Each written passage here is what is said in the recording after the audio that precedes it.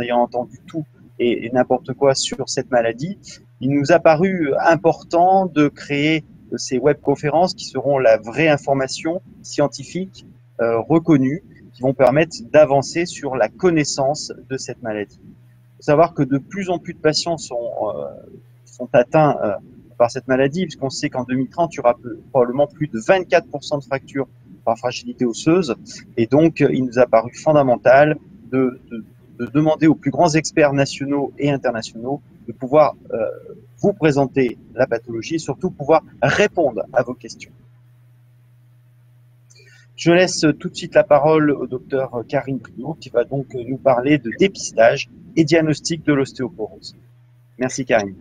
Donc bonsoir à tous. Donc moi j'ai le plaisir d'animer cette webconférence.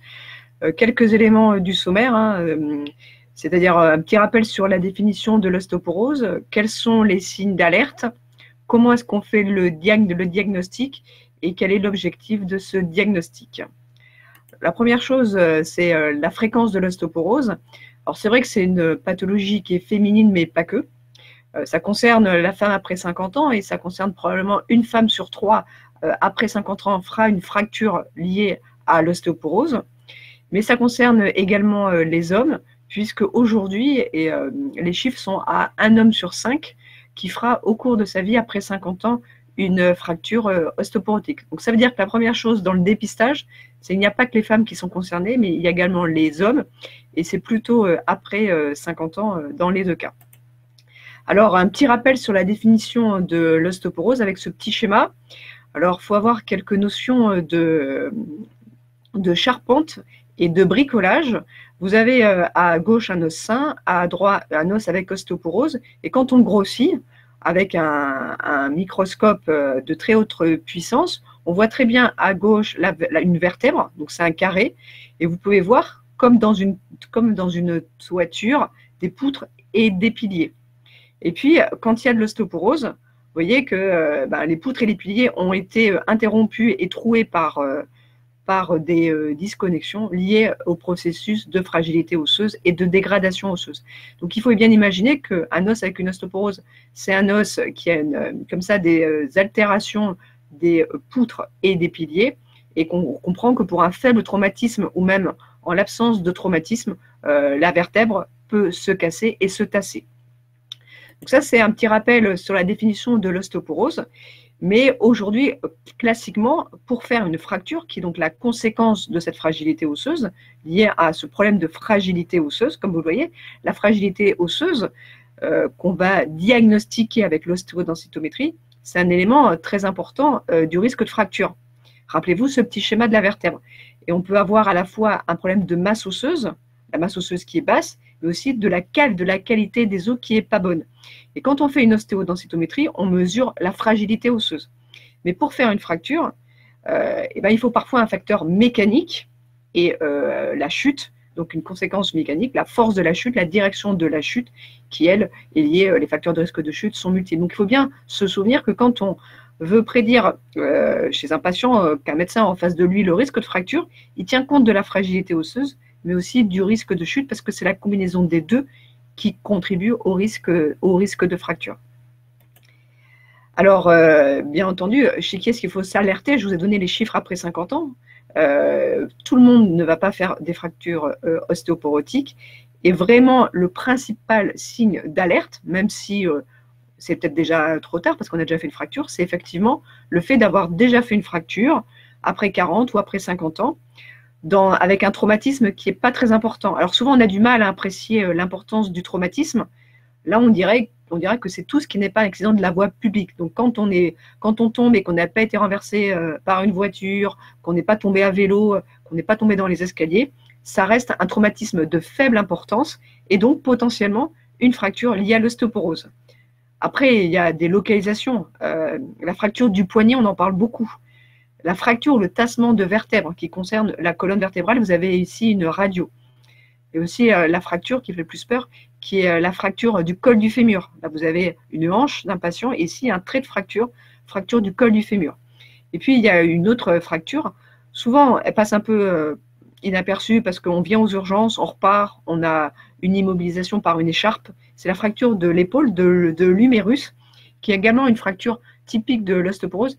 Et ces 4 fractures, elles sont particulièrement importantes parce que soit elles sont fréquentes, soit elles sont associées à un risque de nouvelles fractures important ou à des conséquences liées à cette fracture importantes en termes de douleur, de prise en charge, de rééducation, de perte d'autonomie.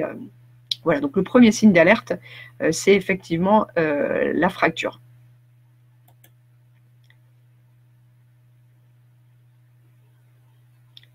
On a déjà quelques questions. Donc, la première question de B. Comment distinguer une fracture due à l'ostéoporose de celle due au myélome multiple, Karine? Alors, c'est une très bonne question. C'est une très très bonne question.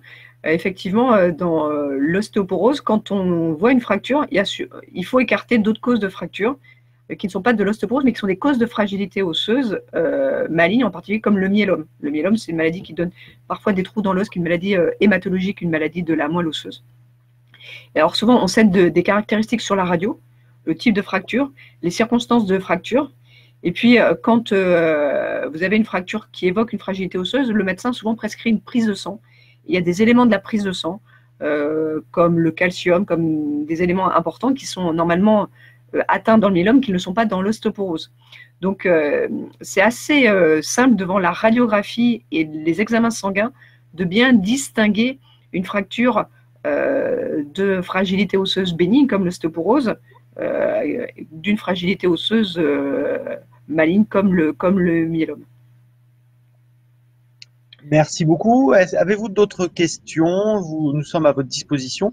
Vous pouvez tout à fait poser des questions. La densitométrie osseuse, Karine, en attendant que nos intervenants puissent poser les questions, c'est quelque chose qui est facile à faire, c'est cher, c'est remboursé, pas remboursé? C'est la suite de mon diaporama, donc je vais effectivement en parler. Mais l'ostéodensitométrie, c'est un examen qui est remboursé en cas de fracture et dans d'autres conditions médicales, qui se fait très vite, qui est faiblement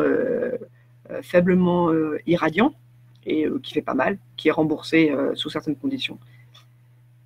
Très bien. J'ai une autre question, notamment de Michel. On m'a dit que l'ostéoporose avait 2 causes, la densité et la microfracture osseuse. Ceci suite à une fracture du col du fémur à 55 ans, alors que ma DMO était, alors j'ai pas la suite. Parfaite. Parfaite, voilà. Alors c'est vrai que c'est une très bonne réflexion, c'est pour ça que j'ai bien insisté pour présenter sur le schéma de ce qui contribue à faire une fracture. Il y a donc, vous avez compris, les chutes et la fragilité osseuse, et dans la fragilité osseuse, il y a à la fois l'aspect masse osseuse qui est très bien mesuré par l'ostéodensitométrie, par la mesure de la densité osseuse, et il y a l'aspect qualité osseuse, comme vous le dites, c'est la microarchitecture osseuse, et ça fait qu'il y a des patients qui peuvent faire des vraies fractures de fragilité osseuse pour lesquelles le diagnostic est ostéoporose, alors que la densité osseuse n'est pas abaissée. Mais ça ne veut pas dire qu'il n'y a pas une fragilité osseuse, ça ne veut pas dire qu'il ne faut pas de traitement. On connaît aujourd'hui plein de circonstances de fractures où la densité osseuse est normale et la qualité osseuse est altérée. Donc effectivement, c'est un très bon commentaire et c'est pour ça que j'ai souhaité bien insister sur le fait que fragilité osseuse n'est pas égale à baisse de la densité osseuse. Alors, il peut y avoir d'autres circonstances comme la microarchitecture, la macroarchitecture, tout ça qui peuvent être pris en compte. Et la microarchitecture, il y a des examens pour pouvoir essayer de l'apprécier? Aujourd'hui, recommandé en pratique clinique, il n'y a malheureusement rien. Après, en recherche, on fait des scanners de très haute résolution pour voir les poutres et les piliers que je vous ai présentés, mais c'est vraiment que dans certains centres pour la recherche et pas du tout pour la pratique. Après, il y a des outils qui ont été évoqués comme le score TBS pour lequel je vois un commentaire qui est en fait d'essayer d'approcher la texture osseuse sur une image d'ostéodensitométrie, mais on n'est pas du tout au niveau de la résolution des poutres et des piliers. Et aujourd'hui, les recommandations actuelles sont de ne pas utiliser le TBS pour faire le diagnostic d'ostéoporose ou savoir qui est à risque de fracture. Une autre question, je ne sais pas si tu en parles tout à l'heure, mais à quel âge faut-il faire une densitométrie osseuse? Est-ce qu'il faut en faire une systématiquement ou... Alors, je vais en parler après, mais c'est vrai qu'on ne fait pas une ostéodensitométrie à tout le monde, quel que soit l'âge. Il y a des circonstances de remboursement qui sont la fracture. Là, c'est quel que soit l'âge, hein. Même une fracture à 30 ans, en tombant de sa hauteur et on a 30 ans, on se casse la cheville, c'est une indication remboursée et une bonne indication médicale à faire l'ostéodensitométrie. Mais après, il n'y a pas d'âge fixe en France où il faut faire une ostéodensitométrie. C'est en fonction de facteurs de risque, d'avoir une fragilité osseuse, des antécédents dans la famille, d'être très mince, d'avoir pris de la cortisone, d'avoir fait donc une fracture, d'être ménopausée très tôt. Mais en soi, il n'y a pas un seuil d'âge. Donc, c'est plutôt des conditions médicales. Et une perte de 6 cm à 55 ans, ça doit faire penser à une ostéoporose, ça ou pas? Alors ça, je vais en parler, c'est juste, je crois, la dia qui suit. Ça, c'est un élément important. La perte de taille, ce n'est pas du tout un signe d'ostéoporose. Ça, c'est souvent une fausse idée que l'on a. On avait participé à un travail français qui avait mesuré l'importance de la perte de taille chez les femmes françaises après la ménopause, et on en était à 4 à 5 cm entre 20 ans et 65 ans. Et les causes de perte de taille, elles sont multiples. Et la première, c'est l'arthrose du dos, puisque entre les vertèbres, vous avez un disque qui est l'amortisseur. Et ce disque, avec le temps, il s'use et il est responsable d'une perte de taille. Ensuite, il y a les problèmes de déformation de la colonne. Avoir une scoliose, c'est-à-dire une rotation des vertèbres, peut faire perdre la taille. Et puis, il y a aussi le problème musculaire. Avec le temps et l'absence de conditions physiques, parfois, il y a une perte musculaire, en particulier de la colonne, qui contribue aussi à une perte de taille. Donc, et parfois, il y a des fractures de vertèbres qui expliquent la perte de taille. Mais l'idée, c'est de faire un raccourci, c'est j'ai perdu 5 ou 6 centimètres et j'ai forcément une ostéoporose. Il y a plein d'autres conditions. Ce que l'on sait, c'est que ce seuil de perte de taille, quand on est de 5 ou de 6 centimètres, par rapport à la taille maximale qu'on a eue, c'est une bonne indication à faire des radiographies pour rechercher une déformation ou des fractures vertébrales. Mais on ne trouve pas des fractures vertébrales dans tous les cas. Bien sûr. Je vous propose de poursuivre le diaporama du docteur Briot et nous continuerons à répondre à vos questions tout de suite après. Alors, donc on a déjà parlé de quelques éléments. Dans les fractures liées à l'ostéoporose, aujourd'hui elles sont classées et le médecin que vous allez rencontrer aura souvent en tête qu'il y a deux types de fractures, les fractures majeures ou sévères et les fractures mineures. Et les fractures majeures ou sévères, je vous l'ai un petit peu dit avant, c'est donc l'humérus, la fracture de l'épaule, vertèbre, la fracture de la colonne, le bassin. Le bassin, c'est souvent le sacrum ou une branche du bassin, et puis le col du fémur.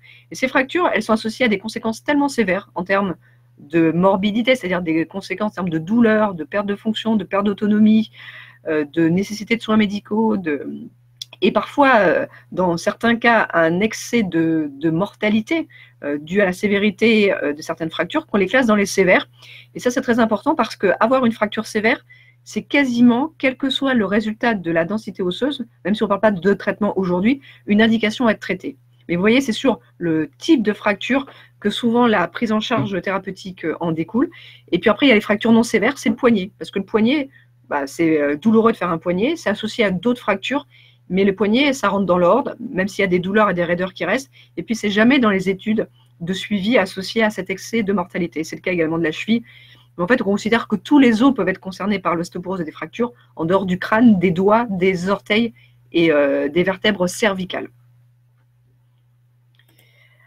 Alors, moi, je voulais faire un point particulier sur les fractures de vertèbres, qui sont extrêmement importantes, parce que la particularité des fractures de vertèbres, c'est que 70%, 75% des fractures ne font quasiment pas mal. Ça, c'est un élément important. Et en fait, on va les diagnostiquer, alors soit devant la fameuse perte de taille dont on a discuté, mais souvent, on se demande des radios faites pour autre chose, faites parce qu'on a mal au dos, parce qu'on fait une radio de thorax, parce qu'on est essoufflé. Et on se rend compte qu'en regardant les vertèbres, il y a des vertèbres fracturées. Elles font pas très mal parce que souvent, elles sont spontanées et elles sont progressives et elles sont vraiment liées à l'affaissement de la vertèbre. Vous vous souvenez du schéma des poutres et des piliers. Et c'est très dur à faire le diagnostic cliniquement. Souvent, on a mal, mais il y a parfois un point douloureux, mais c'est parfois pas le cas. Et parfois, on fait le diagnostic parce que la personne est voûtée vers l'avant, ce qu'on appelle une kyphose. Et donc, c'est une hyperkyphose d'être voûtée vers l'avant. Mais là, déjà, je dirais que le diagnostic est trop tardif.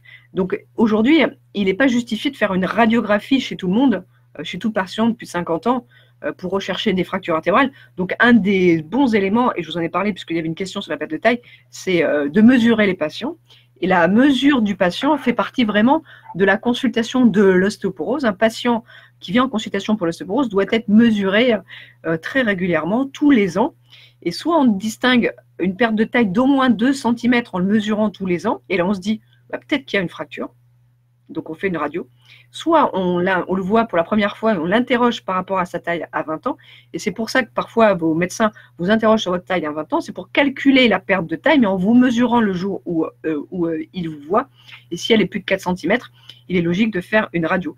Mais vraiment, les fractures de vertèbres, c'est vraiment très peu symptomatique et ça peut passer complètement inaperçu. Donc il faut quand même vraiment mesurer les patients, les interroger sur les antécédents de douleur.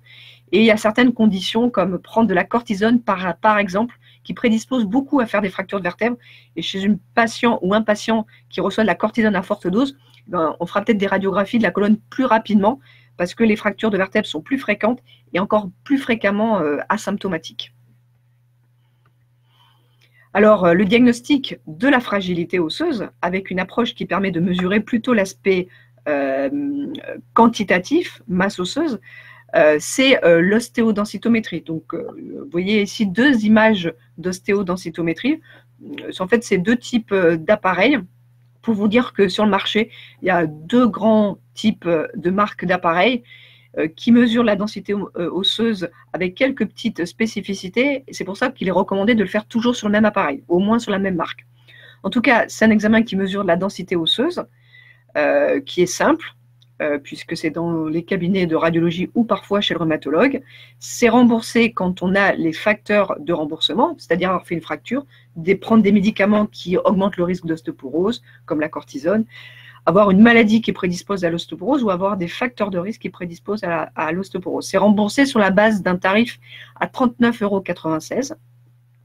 Et l'ostéoporose, selon la définition, on ne retient aujourd'hui que la définition de l'ostéoporose qui est vous classer par rapport à des sujets qui ont 30 ans et le même sexe. Et si vous avez une différence de au moins 2,5 écart de mesure par rapport à cette population jeune de référence, il existe une ostéoporose.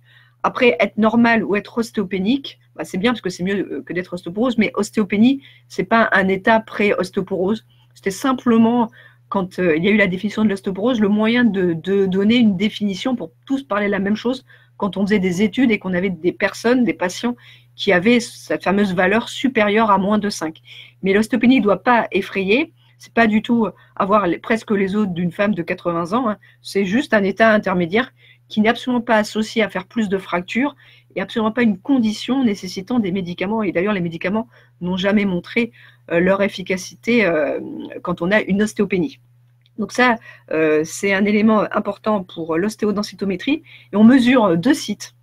Normalement, on doit mesurer que 2 sites, c'est-à-dire la colonne, le rachis, et une hanche. Alors, soit la hanche gauche par défaut, soit les 2 hanches.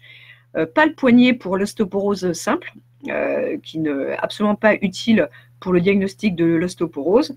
Et on mesure, pourquoi est-ce qu'on mesure 2 sites? Parce qu'on a 2 types d'os dans l'organisme, en particulier à la colonne, l'os en carré, dont je vous ai montré avec les poutres et les piliers, ce qu'on appelle os trabéculaire, pour ceux qui connaissent un peu plus. Bon voilà, on mesure ce type d'os qui est fréquemment atteint plutôt chez la femme jeune, juste après la ménopause. Et à la hanche, on mesure un autre type d'os, un os qui est tubulaire, qui s'appelle os cortical. Et c'est un os qui est un petit peu différent, dont le remodelage osseux est beaucoup plus lent et, et dont la détérioration apparaît avec l'âge et l'absence d'activité physique en particulier. Donc c'est toujours important pour un praticien de mesurer les deux sites, en sachant qu'il suffit d'avoir un seul site inférieur à ce fameux moins de 5 pour avoir de l'ostéoporose. Ça, c'est le premier point. Et en sachant que dans toutes les études de suivi, le principal facteur de risque d'avoir une fracture était plutôt lié au fait d'avoir une densité osseuse basse à la hanche, ce qui est un élément important. Donc, votre médecin devra donc toujours attacher plus d'importance à une densité osseuse basse à la hanche qu'à une densité osseuse basse à la colonne. En tout cas, ce qui, dans la prédiction de risque de fracture, parce que c'est pour ça qu'on utilise aussi l'ostéodensitométrie, on veut faire un diagnostic, mais aussi prédire quel est le risque de fracture pour un patient. On essaie toujours de hiérarchiser les facteurs de risque. est le principal facteur de risque. Et ça, c'est vraiment un élément qu'il faut avoir parce que parfois, il y a des questions par rapport à ça. C'est vraiment d'avoir fait une fracture de faible traumatisme. Quand on a fait une fracture de faible traumatisme, dans les 2 ans qui suivent, comme vous le voyez sur la courbe, on a un risque multiplié par 5 de refaire une fracture. Et ce risque, en fait, il écrase tout. Il écrase même une valeur de la densité osseuse.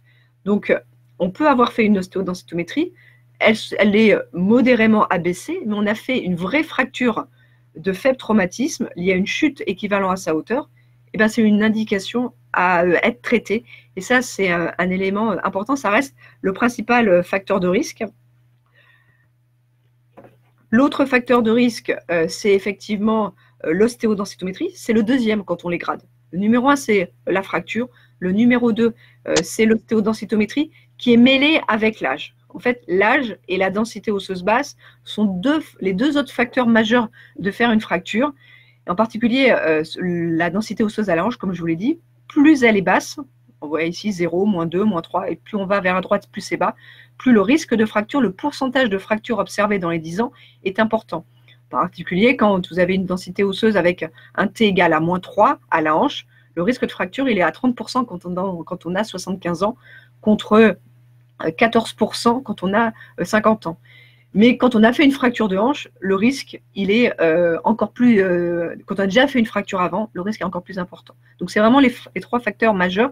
Et en général, on ne prend jamais une décision sur la simple mesure de la densité osseuse. C'est un des éléments, mais on prend la décision parce qu'il y a l'âge, parce qu'il y a les antécédents de fracture. Mais parfois, on n'a pas tous ces antécédents parce qu'on n'a pas fait de fracture. On a une densité osseuse qui n'est pas très abaissée et on n'est pas très âgé. Alors, la notion d'âge, de seuil, suivant les données, c'est 70, 75.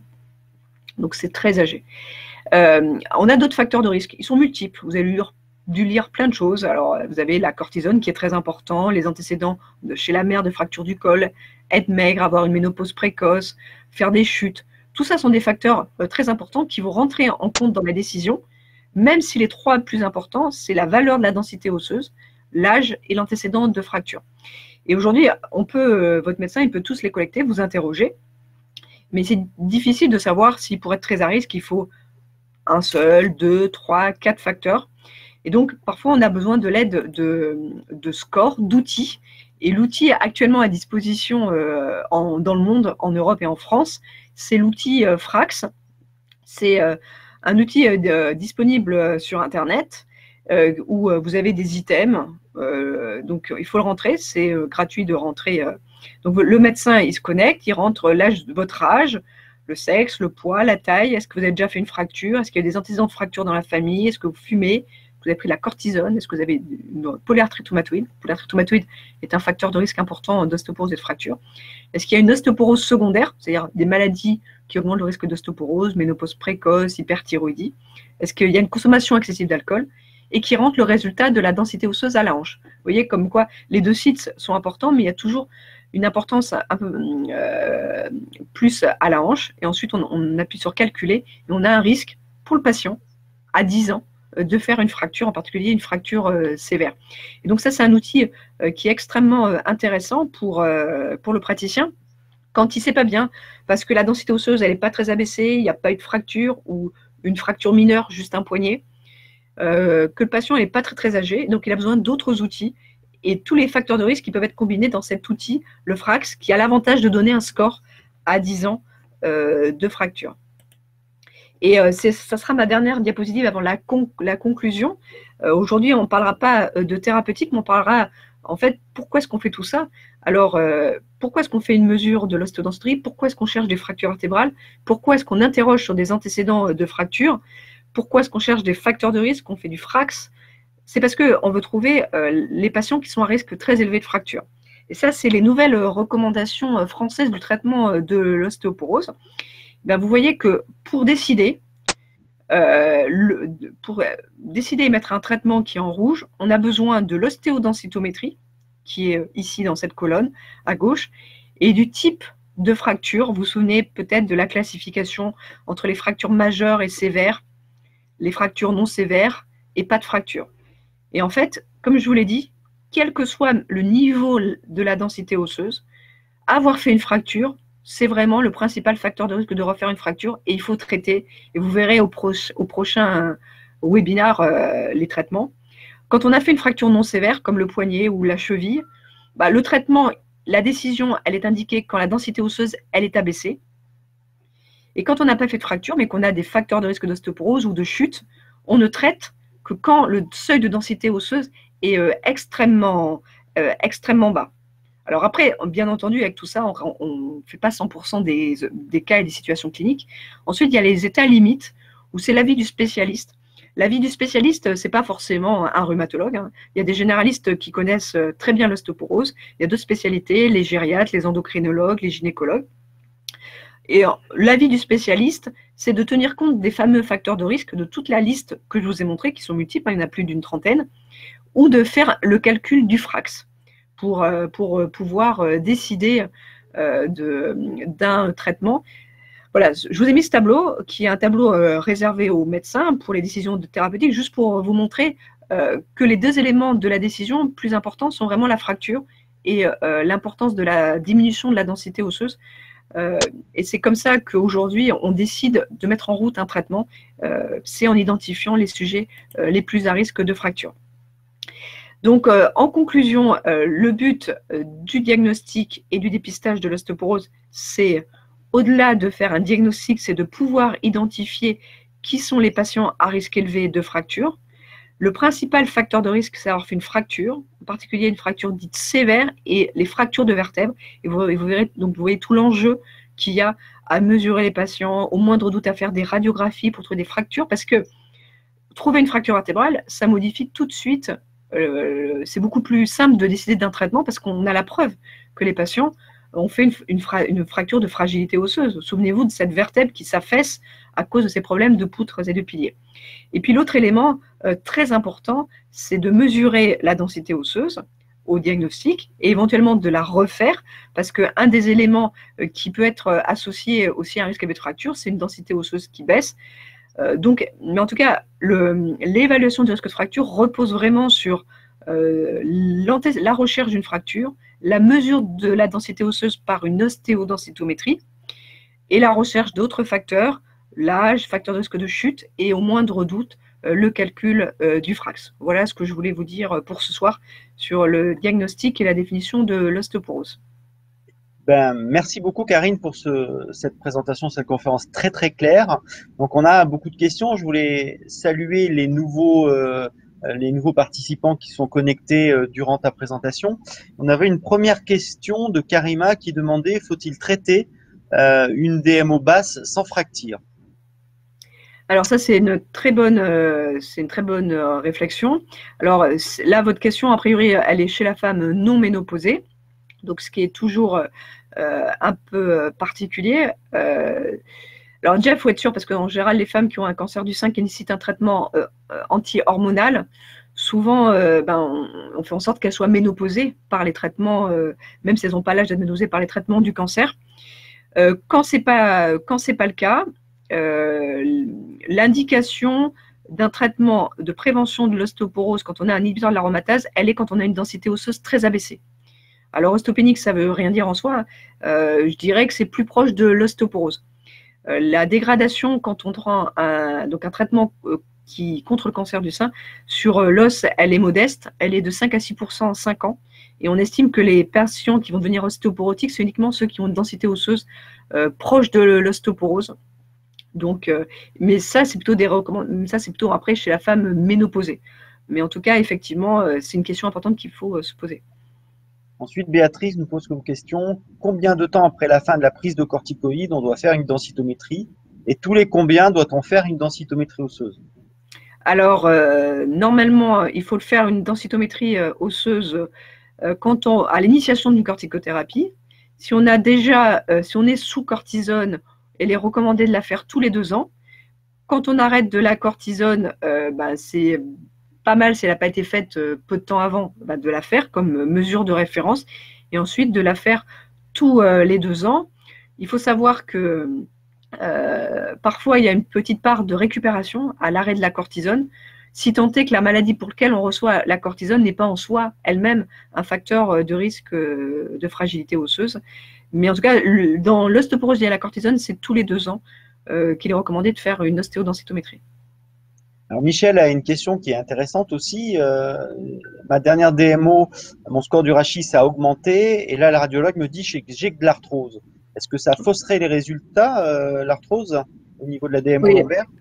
Ce commentaire très intéressant. Alors c'est vrai, je vous ai présenté les 2 sites de mesure, la colonne et la hanche, en vous disant que la hanche c'était quand même beaucoup plus intéressant parce que dans les études de suivi, elle était associée au risque de fracture. L'autre élément, c'est que la hanche se dégrade avec l'âge et la hanche n'est pas du tout impactée par l'arthrose. Alors qu'après 70 ans, la densité osseuse au rachis, qui est impactée par l'arthrose, son interprétation, elle est faussée par l'arthrose. Donc c'est un autre élément pour plus s'intéresser à la hanche et moins s'intéresser à la colonne quand on vieillit. Effectivement, l'arthrose lombaire peut parfois rendre une mesure au rachis complètement fausse.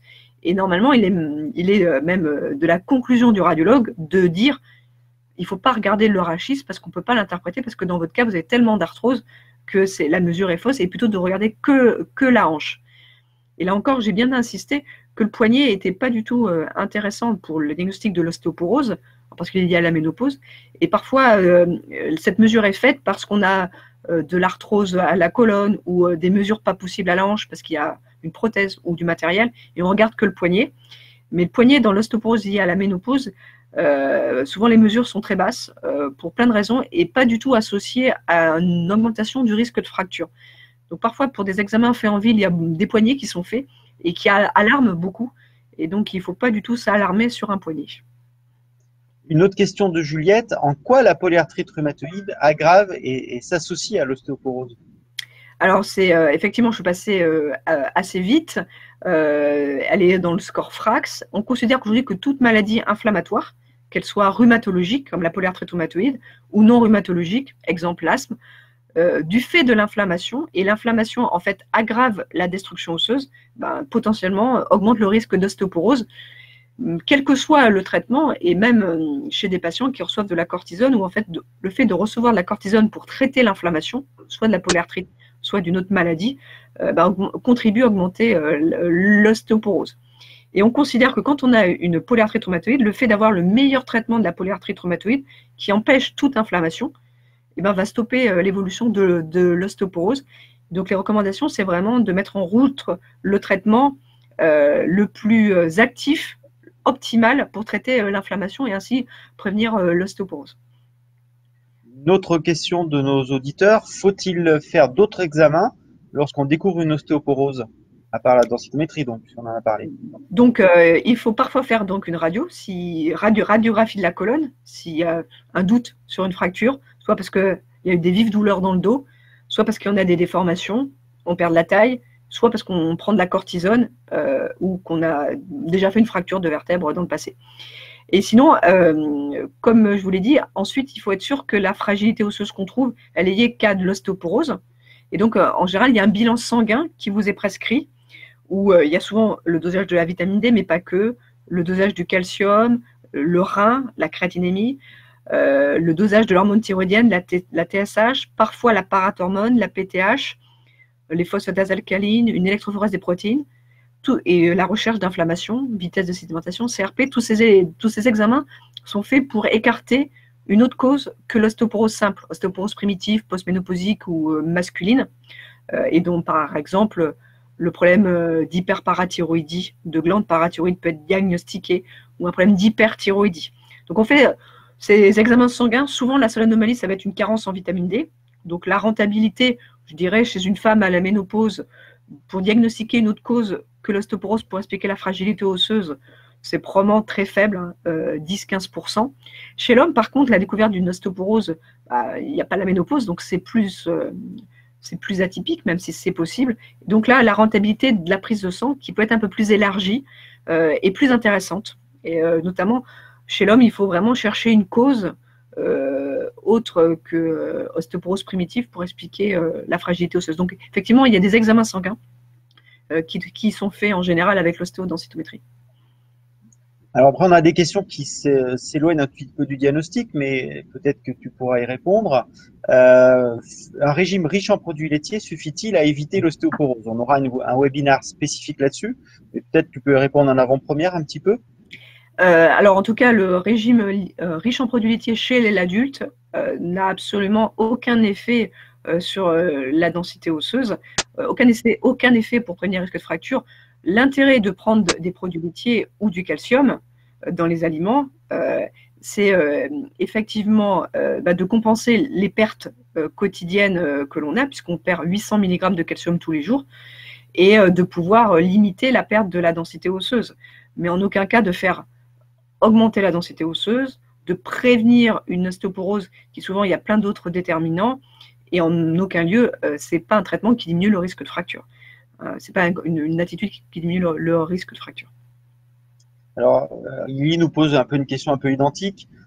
Pouvez-vous nous conseiller sur une alimentation qui pourrait aider à améliorer un peu le risque, sans traiter du coup? Donc, améliorer le risque sans traiter, c'est, je dirais, vous vous souvenez, charpente, le toit, pour ce qui constitue la matière, c'est des protéines et du calcium. Donc, il faut avoir une alimentation riche en protéines animales et végétales et riche en calcium, parce que c'est la matrice, hein, c'est la matière qui constitue l'os. Donc ça, je dirais que c'est des règles très importantes pour au moins limiter la dégradation. Et surtout parce que après, quand on prend par exemple un médicament contre l'ostéoporose, pour reconstruire de l'os, il faut qu'il y ait de la matière. Ça, c'est le deuxième élément. Et le troisième élément qui ne fait pas du tout partie de mon exposé, parce qu'il est souvent méconnu mais qui est important, c'est le muscle. Et l'insuffisance musculaire est un facteur de risque de chute. Et aujourd'hui, le seul traitement pour maintenir sa masse musculaire, c'est l'activité physique en combinaison avec une alimentation équilibrée pour prévenir ce qu'on appelle la sarcopénie, qui est donc la diminution de la qualité et de la quantité musculaire avec le temps. Donc ça, c'est, je dirais, trois bonnes raisons pour avoir une alimentation équilibrée. Donc, on nous pose la question, l'exercice physique est-il bon pour prévenir l'ostéoporose? C'est toujours compliqué. Là, quand on a de l'ostéoporose, on ne peut pas dire avec l'activité physique, je vais traiter votre ostéoporose.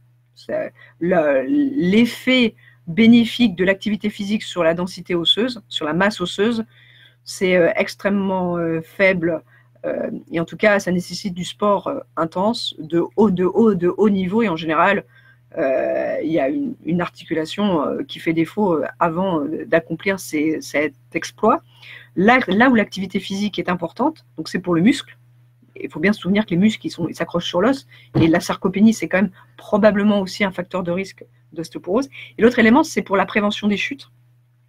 Il y a plusieurs moyens pour prévenir les chutes, mais l'activité physique en est un bon. Et un des moyens de diminuer le risque de fracture, c'est de diminuer le risque de chute.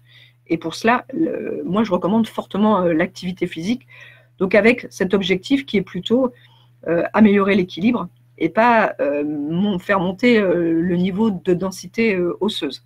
Après, l'autre intérêt de l'activité physique, c'est quand on a une ostéoporose en particulier à la colonne, où on sait que, par exemple, l'hypercourbure, l'hypersyphose, liée à un problème musculaire ou d'arthrose de la colonne, peut aggraver le déséquilibre de la colonne. Et en fait, quand on a une colonne qui est très déséquilibrée vers l'avant, il faut comprendre que sur les vertèbres qui sont ostéoporotiques, s'il y a trop de pression mécanique sur ces vertèbres, du fait de la modification de la courbure, une des vertèbres peut casser spontanément. Donc le dernier intérêt de l'activité physique, mais pas le moindre, c'est effectivement de travailler la musculature de la colonne pour avoir une colonne la moins déformée, ou au moins pouvoir lutter contre la syphose en se tenant plus droit. Et ça probablement que ça diminue la surcharge mécanique sur les vertèbres. Alors, on revient sur une question plus sur le diagnostic ou sur les facteurs de risque. Est-ce que l'ablation de la prostate ancienne peut majorer le risque d'ostéoporose masculine? Question de Robin. Normalement, il n'y a pas de raison une ablation de prostate ancienne augmente le risque d'ostéoporose. Après, ça dépend de la cause de la prostatectomie, de l'ablation de la prostate. S'il y a eu des médicaments, par exemple, si c'est pour un cancer de la prostate associé, ça peut majorer le risque d'ostéoporose masculine. Mais sinon, non, il n'y a pas forcément de lien direct. Une dernière question. Donc, on rappelle que toute la webconférence sera disponible en replay dans quelques jours. Sandrine nous pose la question. Elle a de multiples fractures spontanées de côte. Elle a des douleurs thoraciques handicapantes. Est-ce normal? Bon, là, on s'éloigne un peu du diagnostic, hein, c'est certain, mais… Alors, en tout cas, avoir des fractures spontanées de côte, ça nécessite, c'est probablement une fragilité osseuse. Quand je dis fragilité osseuse, je ne dis pas directement ostéoporose. Donc, ça nécessite d'explorer cette cause de fragilité osseuse. L'ostéodensitométrie, le fameux bilan sanguin, permet d'aller plus loin. Et après, voilà, il faut être sûr que c'est de l'ostéoporose, c'est la première chose. Trouver le traitement donc le plus adapté en fonction de la cause. Et les douleurs thoraciques, c'est-à-dire, je suppose, en regard des côtes handicapantes, parfois les côtes ne consolident pas très bien. Il faut vérifier qu'elles soient consolidées, il faut vérifier le cal osseux, il faut vérifier que les douleurs thoraciques sont vraiment liées à des côtes et pas donc à l'os des côtes et pas liées au cartilage entre le sternum et la côte ou liées au dos, une douleur projetée. Donc c'est un peu difficile, ça c'est une vraie consultation médicale sur ces quelques lignes, mais ça nécessite en tout cas de faire vraiment la cause de la fragilité osseuse, le traitement adapté et comprendre l'origine des douleurs thoraciques. On rappelle que s'il y a des difficultés à gérer la douleur, il y a des centres de la douleur qui peuvent aussi aider dans certains cas si on est en limite avec nos médecins classiques. Une autre question, alors on s'éloigne également du diagnostic, mais si on a une fracture atypique sous traitement de l'ostéoporose, peut-être redéfinir ce que c'est qu'une fracture atypique, est-ce qu'il faut changer de traitement? Question de Karima. Fracture atypique, les fractures atypiques sont des événements extrêmement rares qui concernent le fémur, qui sont donc des fractures en général spontanées qui surviennent, pour ça il faudrait que je vous remonte à quoi ressemble un fémur, qui surviennent sous un os. Je vais refaire passer le diaporama, ce sera plus intéressant. Qui surviennent, et alors c'est ici sur l'ostéodensitométrie, ici on a le col du fémur. Ici, on a un petit os qui s'appelle le trochanter. Et les fractures surviennent sous le trochanter, spontanément. C'est une fracture horizontale. Et sont des fractures qu'on peut rencontrer dans l'ostéoporose. Ça représente 5% des fractures globales de toute la hanche. Mais elles ont été associées aussi à des maladies qui fragilisent l'os ou des médicaments. Alors, les maladies, c'est en particulier des maladies génétiques osseuses. Dans les médicaments, il y a la corticothérapie. Et il y a les traitements qui bloquent la résorption osseuse, bisphosphonate et le dénosumab. La première chose, il faut retenir que la survenue de ces fractures peut être liée à la maladie en soi, donc à l'ostéoporose. Et que le rapport, la relation, il y a une association décrite dans la littérature entre ce type de fracture atypique et les médicaments anti-ostéoporotiques, sans qu'il y ait une relation de causalité qui était clairement mise en évidence, puisque, comme je vous dis, il se peut très bien que ce soit la fragilité osseuse qui nécessite le médicament et que la fracture atypique soit liée à la fragilité osseuse qui nécessite le médicament et pas au médicament en soi. Donc ça, c'est un élément important et pour lequel l'avis de votre médecin est important pour rendre imputable le médicament ou pas. Et si effectivement c'est une fracture liée à l'usage d'un antirésorbeur, donc un traitement qui bloque la dégradation osseuse, type biphosphonate ou dénosumab, c'est pas logique de continuer le médicament. Et c'est plutôt logique de changer de traitement. Et parfois, ces fractures ont des problèmes de consolidation. Et donc, certains autres traitements de l'ostéoporose peuvent être utilisés pour des traitements plutôt qui forment de l'os pour aider à la consolidation de ce type de fracture. Mais ça reste un événement qui est très très rare, hein, si rare qu'on estime que dans la vie d'un rhumatologue, il en verra peut-être même pas une. Donc, faut en tout cas pas se focaliser sur ce type de fracture du fémur. Merci beaucoup, c'était très clair. Est-ce que le diabète de type 2 doit nécessiter une surveillance particulière par rapport à l'ostéoporose?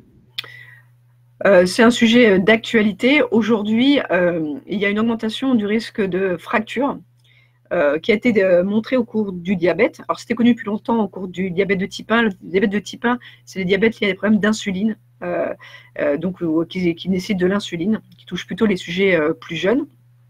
diabète de type 2 est un peu différent au niveau du mécanisme, mais il est montré une augmentation du risque de fracture, et justement souvent avec une densité osseuse pas très basse. Et c'est une des fameuses causes de fractures typiques de fragilité osseuse, par la localisation, par les conditions de survenue, mais pour lequel la densité osseuse n'est pas très abaissée. Et on pense que le mécanisme il est lié à une anomalie avec un sucrage trop important des protéines qu'il y a dans l'os. Et donc, aujourd'hui, il n'y a pas de recommandation dans le diabète qui disent qu'il faut faire une ostéodensitométrie. Je pense que c'est au médecin qui suit le patient pour le diabète d'évaluer globalement le risque, et s'il y a d'autres facteurs associés au risque de fracture, comme des facteurs de risque de chute liés aux problèmes de nerfs, aux problèmes de la vision liés au diabète, je dirais qu'il faut faire une ostéodensitométrie, mais qui n'est pas un très bon examen à partir du moment où en fait, elle ne sera pas forcément très abaissée et que le patient, ça ne veut pas dire qu'il n'est pas à risque de fracture. Mais ça, c'est vraiment un sujet en pleine actualité. Je crois que ça nécessite effectivement que le diabétologue se pose une fois la question d'évaluer le risque de fracture avec tous les outils que je vous ai montrés chez le patient. Mais aujourd'hui, ce n'est pas forcément fait par les diabétologues, hein, c'est pas... mais c'est en tout cas, à mon avis, judicieux. Alors, il y a une remarque assez intéressante de Robin. Beaucoup de personnes ayant une fracture par fragilité osseuse ne bénéficient d'abord que d'un traitement orthopédique sans exploration de l'ostéoporose et sans traitement. Faut-il systématiser l'ostéodensitométrie à tous ces patients sortant d'orthopédie pour fracture par fragilité osseuse? C'est un très bon commentaire. C'est effectivement, votre constatation, elle est totalement vraie. On considère qu'il y a moins de 15% des patients après une fracture de fragilité en France qui, dans l'année qui suit, ont une ostéodensitométrie et un traitement. Il faudrait, en fait, puisque je vous ai dit, la fracture, c'est le principal facteur de risque, ça écrase tout. La valeur de la densité osseuse, les facteurs de risque, ça écrase tout en termes de risque de refracture. Il faudrait que les patients qui sont en orthopédie, sortent tous avec une ordonnance d'ostéodensitométrie et un chirurgien qui leur explique que c'est super important de se faire dépister et traiter pour l'ostéoporose. Mais ce n'est pas le cas. Ce n'est pas le cas pour plein de raisons depuis plus de 15 ans, parce que le chirurgien n'y pense pas, le patient il sort très vite. Ensuite, comme la fracture va bien consolider, l'ostéoporose n'a jamais empêché une fracture de consolider. Donc, on se dit, voilà, c'est rentré dans l'ordre, c'est parce que je suis tombée, c'est mis sur le compte de la chute, ce qui n'est pas le cas, puisque vous avez compris qu'il y a 50% de ce qui explique la fracture qui est liée à la fragilité osseuse. Il faut encore la chercher. Et donc, c'est aujourd'hui un problème auquel on essaie de remédier, avec parfois des parcours de soins très adaptés pour que tous ces patients puissent bénéficier d'une ostéodensitométrie. Et les médicaments marchent très bien quand on a déjà fait une fracture. C'est vraiment là qui marche le mieux. Donc, c'est vrai que c'est dommage. Mais voilà, mais on a encore tout à faire dans le parcours de soins. Est-ce qu'il y a des structures ou des filières qui sont organisées pour essayer de recruter un peu plus et essayer de traiter mieux ces patients qui sortent de fractures? Ça fait près de 15 ans qu'il y a ce qu'on appelle des filières fractures. Ce sont des parcours de soins coordonnés auprès soit d'une secrétaire, soit d'une infirmière qui fait le lien entre l'orthopédie ou les urgences et soit les rhumatologues, soit des généralistes. Ça dépend des pays et qui est-ce qui suit les ostéoporotiques. Alors, c'est des moyens ça marche très bien. Quand il y a une filière qui marche, mais ça dépend de moyens humains, de moyens financiers, ça marche très bien. Ça diminue le risque de nouvelles fractures. Ça fait qu'il y a plus de patients qui sont traités pour l'ostéoporose. On approche 80-90%. Dans l'année qui suit, on a moins de mortalité liée aux fractures. Mais aujourd'hui, il y a des recommandations nationales et internationales qui disent qu'il faut mettre en place ces filières fractures, ces organisations. Après, le problème d'une toute organisation dans un système actuel, c'est qui s'en occupe, des moyens humains, des moyens financiers pour que ces structures marchent. Et puis soient pérennes, parce qu'il y en a plein qui sont mis en route, et puis au bout de 6 mois, l'infirmière qui s'en occupait, elle est partie, son contrat n'a pas été renouvelé, et puis la filière s'éteint avec son départ.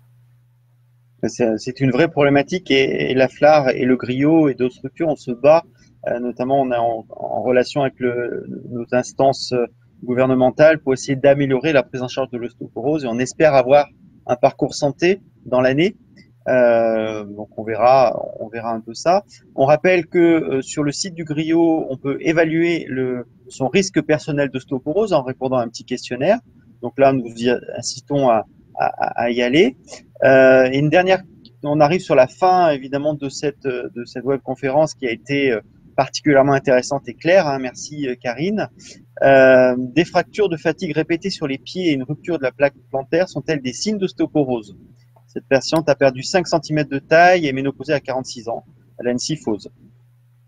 Alors, comme ça, sur les fractures des pieds, ça dépend de ce que vous appelez les pieds. Si c'est les orteils, les métatarsiens, c'est toujours la même chose. C'est pas toujours un signe d'ostéoporose, suivant la localisation des fractures, en particulier répétées. Il faut se poser la question d'une fragilité osseuse, c'est logique. Donc, avec les examens sanguins dont je vous ai parlé et l'ostéodensitométrie. Après, si les examens sanguins sont normaux et l'ostéodensitométrie est normale, c'est que vraiment les fractures répétées peuvent être liées à des troubles de la voûte plantaire, des troubles de l'arche du pied. Et ça, c'est un élément qui se traite et qui se prévient. Comme je l'ai dit, toute perte de taille n'est pas égale à ostéoporose. Ménopause à 46 ans, c'est tôt, mais c'est pas précoce. Et la kyphose peut très bien expliquer les 5 cm. Après, il faut juste connaître la cause de la kyphose. Est-ce que c'est vraiment uniquement musculaire, lié à de l'arthrose, ou est-ce qu'il y a des fractures? Voilà, tout ce qui est dit n'est pas forcément des signes d'ostéoporose. Je pense que ça justifie quand même du fait de fractures répétées de faire une ostéodensitométrie, mais qui, à mon avis, ne sera pas très abaissée. Ça justifie de rechercher par une prise de sang qu'il n'y ait pas des facteurs qui contribuent à entretenir une certaine fragilité osseuse. Et puis, c'est en fonction des résultats ensuite que l'on voit. Mais les fractures répétées des pieds peuvent être aussi des problèmes de troubles statiques de la morphologie du pied. Ben, merci beaucoup, Karine. On arrive quasi à la fin de notre webconférence. Je remercie tous les participants qui ont regardé et posé les questions pour animer un peu cette webconférence.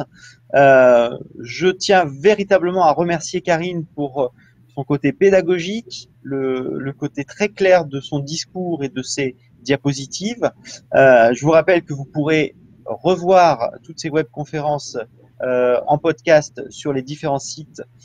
N'hésitez pas à en parler puisque la prochaine webconférence sera sur les traitements.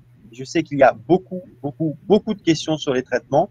On en a eu quelques-unes ce soir, mais on pourra en parler beaucoup plus en détail dans quelques semaines. N'hésitez pas à en parler autour de vous. Faites le buzz sur ces webconférences. Nous vous remercions, nous vous souhaitons une bonne soirée et à très bientôt. Au revoir. Au revoir.